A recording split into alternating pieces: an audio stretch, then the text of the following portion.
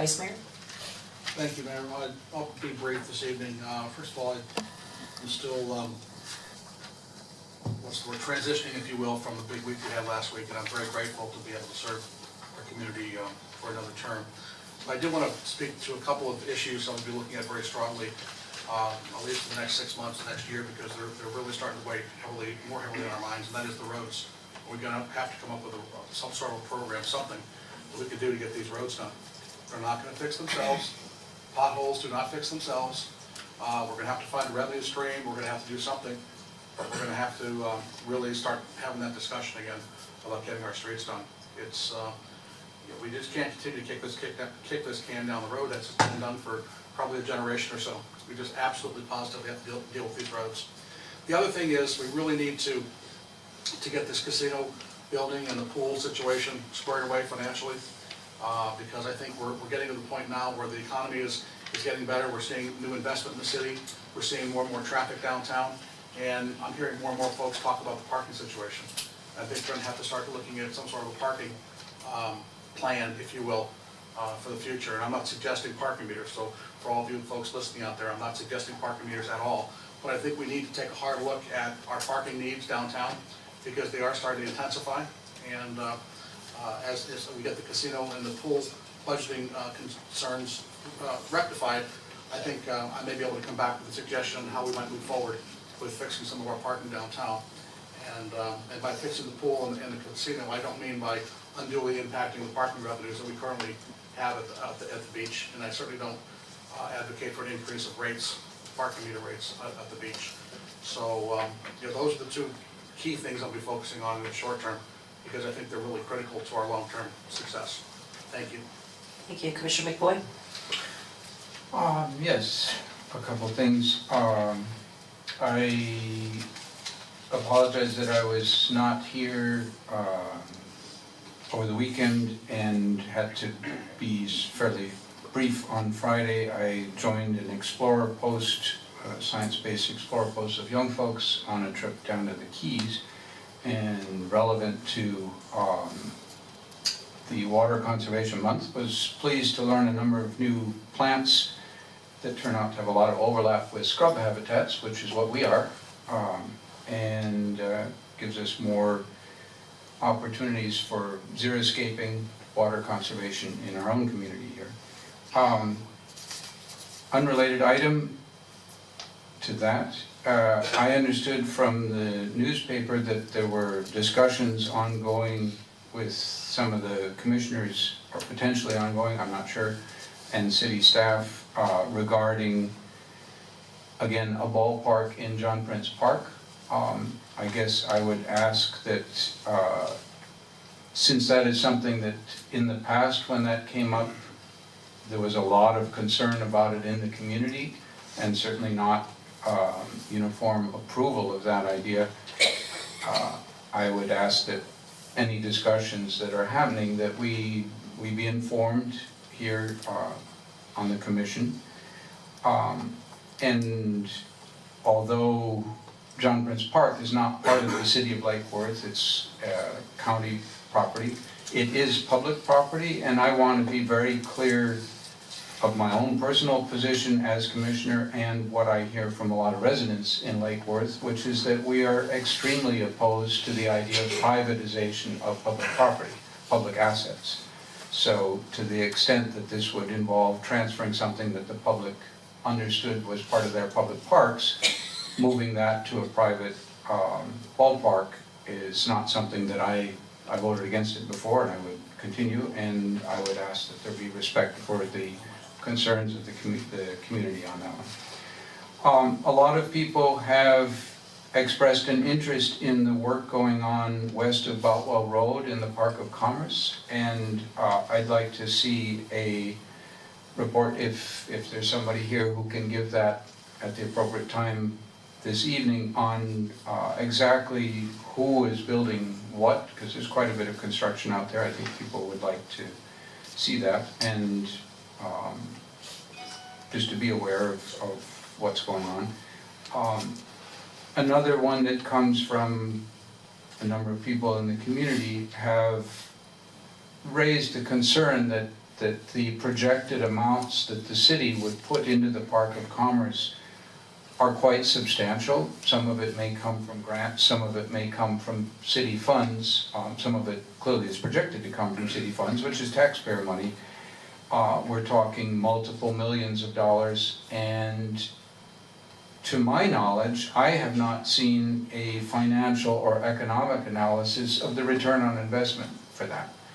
And if we were spending a couple $100,000, I'd say, that's fine, go ahead, do it, it'll probably work, we'll probably make some money off of it. But we have lots of assertions that this is going to raise the tax base. Just as a matter of example, there was a discussion at a recent commission meeting that said, you know, it was a wonderful thing that one of the properties in the Park of Commerce went from an assessed value of $70,000 to $700,000. And we all sort of stood up and thought, wow, that's a good thing. If you follow that through a little further and look up what the tax income to the city was from that, it was $3,000, and I forget whether it was $400 or $3,700, but it was between $3,000 and $4,000. That's the kind of analysis that I think we need to be seeing, a real financial and economic analysis of as the city and residents choose to invest in the Park of Commerce, perhaps instead of other things, what is, you know, on paper, what is the return on investment out of that? So those are my comments. Thank you, Commissioner Amoroso. Yes, I too want to thank the voters for voting, and I'm truly honored to have another 2 years of service, and I think the voters voted, and they voted very loudly, so I want to thank them for the support. A couple things coming up. We had a great gay pride this last weekend.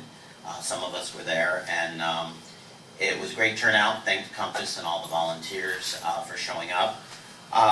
Coming up, Easter egg hunt at Bryant Park, Saturday, March 26th. They're still looking for some volunteers to help out with the children's areas. So if anybody can give a couple hours Saturday, greatly appreciated. Thank you. Thank you, Commissioner Meyer. No comments this evening, thank you. Okay. I was going to say, surface lots, what was mentioned about parking earlier, City Manager, yeah, we really started to have to put that on. I mean, there's no day now, any time that you go downtown anywhere, and not just the weekends anymore, finding it, I've been up and down and up and down and up and down. That's absolutely crazy. I too would like to see, only because I've seen several presentations already in regards to Babwell Road and the Park of Commerce, but I'm all for having presentations on the economic viability of it and seeing what it actually means in dollars and cents, and in job creation too. Speaking of which, yes, Governor Scott, Pastor Voss, please, I'm going to try to be really good here. Another disappointing veto from Governor Scott. Just to let everyone know, I have already contacted the governor's office, and I will be meeting with the governor. At some point, we crossed our T's and I's and the whole 9 yards, and we went through MPO, we went through every department that we needed to do to make sure that our reporting, well, we were on that 5-year plan, which is interesting, is because first we needed to be on the long-range plan, and then when they came back last time, they said, no, we had to be on the 5-year plan. So then we get on the 5-year plan, and then they say, no, you've got to be financed on the 5-year plan when we already had financing in place. So there's something going on here, and I'd like to look him in the eyeballs and see exactly. You know, I've sat across from him several times now, so I would like to at least have a conversation to say, what is it that you're looking for? Because it keeps changing the rules every single time. So graciously, they called me back and they said they're going to schedule something. So I'll either have it here or I'll be up in Tallahassee, whichever. I will be there, and I will use my own funds to travel to Tallahassee if you should want me to meet him there. So I also wanted to mention too, along the campaign trail, first of all, thank you everyone. I'm very honored to be back here again. One of the things that happened was this conversation about secret meetings. And we talked about the dinners that we had. We've had this conversation up here on the dais before in reference to us eating dinner before we go there. And it's just such a dark cloud that hangs over when you say that. It was started from my stupid baked ziti, which I will say the story again, because we often come from our other jobs and then we'd go straight to these meetings. And at the time when I first got here in 2011, our meetings used to go to like 1 or 2 o'clock in the morning. They were very late meetings. And as I still say to this day, after 9:30, nothing good happens, because everyone's gone from their regular job to here, not eaten dinner, not done anything. And I literally brought in a tray of baked ziti and invited people to join in and have baked ziti. Well, I think the following time or whatever, it was Commissioner Amoroso's homemade meatloaf. And it went to that. And we sat down to eat. I'm Italian, I always think that, we go into these meetings and oftentimes, many times they are contentious. And it was just a nice way for everyone to sit together and enjoy a bite to eat and have something in their tummies so that if we went late at night, that was the secret meeting. Ironically, all the commissioners at the time, except for this present commission after Commissioner Meyer joined, it was right around election time, in fact, of last year when this became an issue. And there are public records that say that every commissioner at that time, and at the time Commissioner Zerdy was still here, and it was all commissioners, including Commissioner McVoy, we all sat together and we all, every week, alternated who was paying for dinner. While there's no record of conversations, because it was joke telling and filling your face with food, there is a record of who participated in those events and who actually purchased dinners.